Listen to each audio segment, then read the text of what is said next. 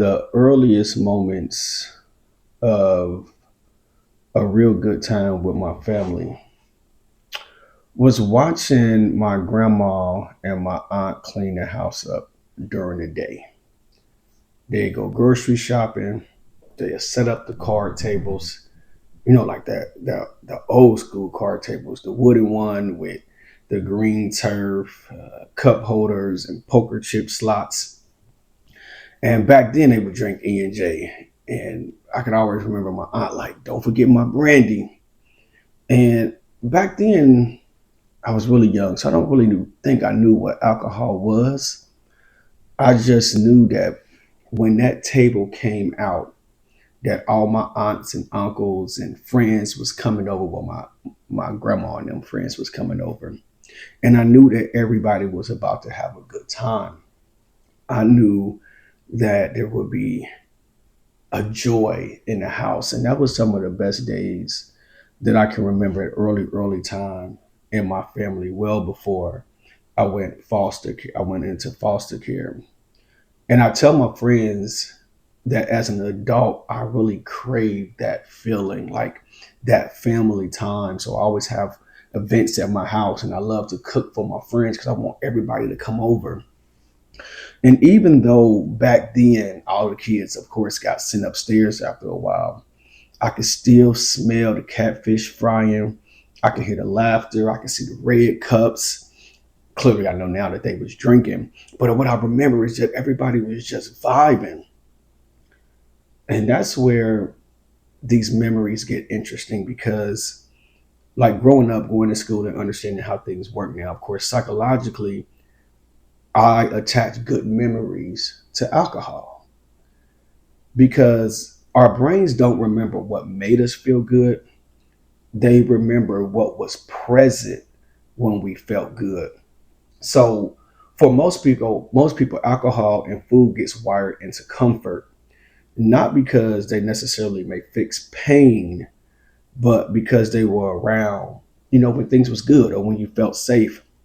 So like I tell my clients sometimes, like the same way that people get depressed or they go into some type of stressful situation, they eat food. And it's not that they hungry, it was just that food was always around during good times.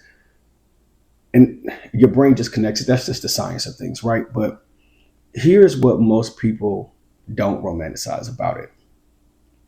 I remember my grandmother being drunk, falling down the porch stairs, like real porch stairs, cement stairs. I remember my uncle Jinx got his entire bicep bit off from his drunk girlfriend. I remember my aunt falling asleep wherever she was at. I'm talking about just fall down, sleep. And as the night went on, I remember their voices got louder, couple arguments. I don't think I've ever seen a fight, maybe, but I just remember that tension grew as alcohol increased. And then everybody went home. And then guess what? Next weekend, they would do it all again. If not all, most of my relatives suffered from long term alcohol abuse. My grandmother, who was she was my favorite person in the world. I mean, she still is.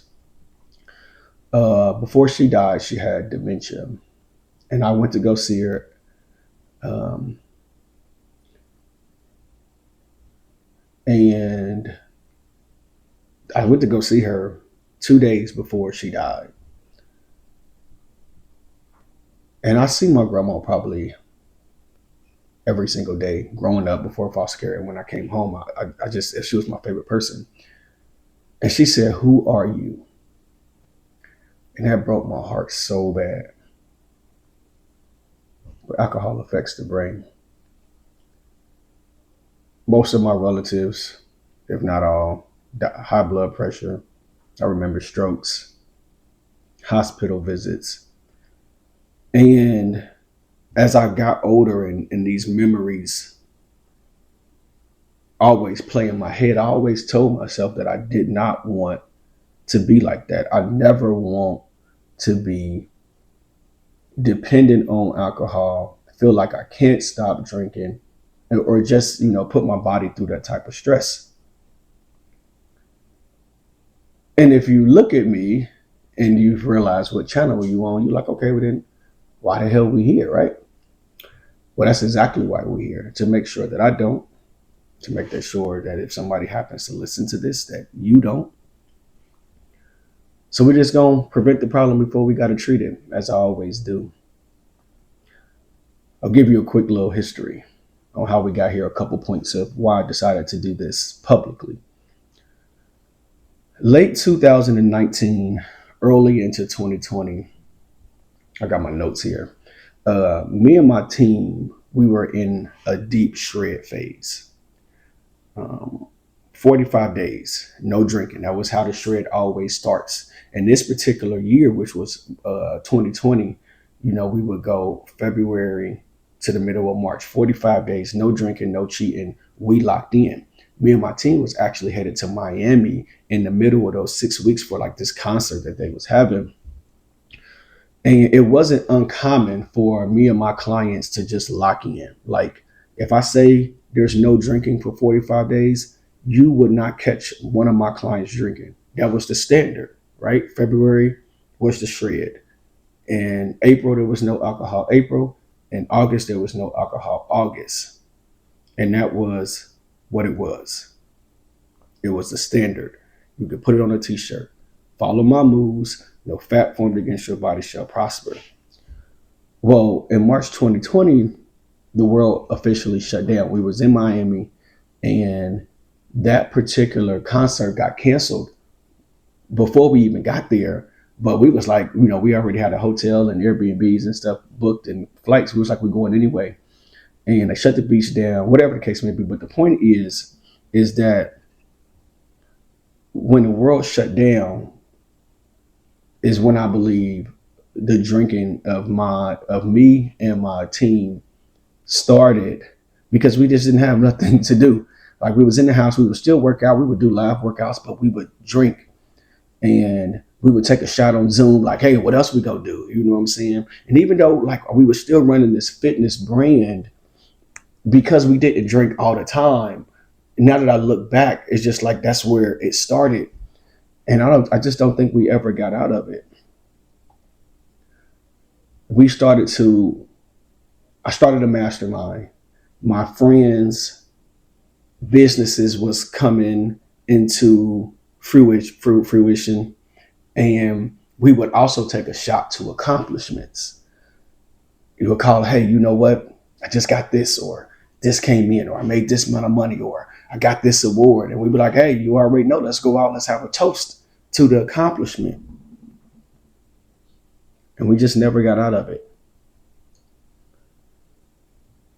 On my 40th birthday, out of nowhere, I decided that I was going to switch to bourbon. Now my entire circle, they drink old fashions. Before then, never. There was also a time that my clients in the city, you know who you are, they would not get caught dead drinking in this city if they were training with me. They would hide from the cameras because they knew that somebody would tell on them if they got caught drinking. They come to training. I'm highly upset about it. Not play upset, but highly upset, because we had a brand and a reputation to protect. They knew that you were training with me, you out drinking, fucking up my work. 100 burpees to start the session. Now, because I drink publicly, my clients do too. I understand the leadership that I have. And that's the reason why I decided that I wasn't going to do this silently. I mean, when it comes to stuff like this, when has my life been silent? Anyway, I love to be transparent, but when I say follow my moves, it's never, I'm never standing on no motivation like poster type shit, right? I say it literally, because what I do, I believe, it's always positive vibes, a positive movement. And for some way and somehow, the movement became it's okay to have a drink. My issue with that for me as well is that I feel like some of my friends, clients, they don't know when to stop. They can't stop. So, okay, here we are. We're going to follow Ryan's moves again. This is going to be more of my personal documentary, real time, real thoughts, real situations. I want to give you all frequent updates on how I'm coping with this because I'm not an alcoholic by no means, but I just don't want to be. I just feel like I drink too much. So when I say coping, let's just leave it at that. How I'm coping with this, what I'm learning. If I go out, was I tempted? Did I stay at home? How I feel. If I mess up, I'll tell you I messed up. I don't plan to mess up. My goal is to do this for a year, but one day at a time. And the reason why that I choose to tell you all about it is because not that I owe anybody anything, of course, but I know for a fact of being a leader that accountability changes when it's shared. And especially with my 18-year-old son, he will be on me by all means. And maybe you listening to this want to stop drinking as well. Maybe you know you need to take a break. Maybe you know that your mind needs to be clear. You need to be more present in things in your life. Maybe you need to be more present. Maybe you need to break a pattern. Wherever you at, whatever you're doing, if you want to roll with this and you want to do it with me, you are welcome to ride along. There ain't no pressure, ain't no timelines, it ain't no judgment. If you say, hey, you know what, I'm gonna stop for 30 days, then do 30 days. If you say I'm only gonna drink on the weekends, that's your ride. I just want to be the voice. I want to be someone that the same way that you look up to as a flat stomach, we can go through personal journeys as well. That's the reason why I'm sharing this. I'm gonna drive though. You know, you sit over in the passenger seat, and we're gonna get this cracking. Now, with that being said, though, depending on who watched this, I know that I support a lot of local bars, restaurants, clubs in the city. To the point to where if I say I'm on my way to certain places, they got an old fashioned waiting on me. You know, one of my homies just sent me this new drink, and she was like, "I made it with egg whites because you said that we couldn't. Come try it." It's not uncommon for me to call one of my homies and say, "Hey, I'm coming to the club. You got a section for me?" If he don't got a section for me, he'll make a section for me or try to make it something. And I appreciate it because the love is mutual. I love supporting my friends. But I mention this because I need y'all to do me one favor and to support this movement. If I come into your establishment, don't, hey Ryan, just one shot. Because that's not what I'm here for. I might not even come into the establishment for a little while to get my mental right. I might just come pick up my food and get up out of there. But whatever it is, you know, just ride with me. I went through my spending this year on just one of my credit cards, my main credit card, my Chase Sapphire card. $30,000 on just food and drinks. Now, it's not uncommon for those who know me to get tipsy and feel like the whole damn restaurant need to feel like me, buy everybody shots. I'm getting a section, everybody get bottles. My big homie Chris calls me and gave me a medal that says, "Mr. It's on me." I love to watch people have fun, get drunk, and don't have a worry about no money because I got it. Like, just have fun. Quit all the worries. And I'm not saying that as any regrets that I spent this money. It was fun. But I just want to be better.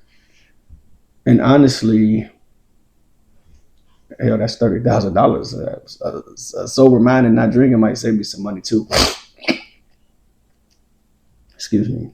So anyway, I wrote this decision. And it says, I made the decision to stop drinking. Not permanently, one day at a time. My goal is a year. That's the decision I made. I told a couple of my friends, And my right hand man said something to me that meant the world to me. He said, "Hey,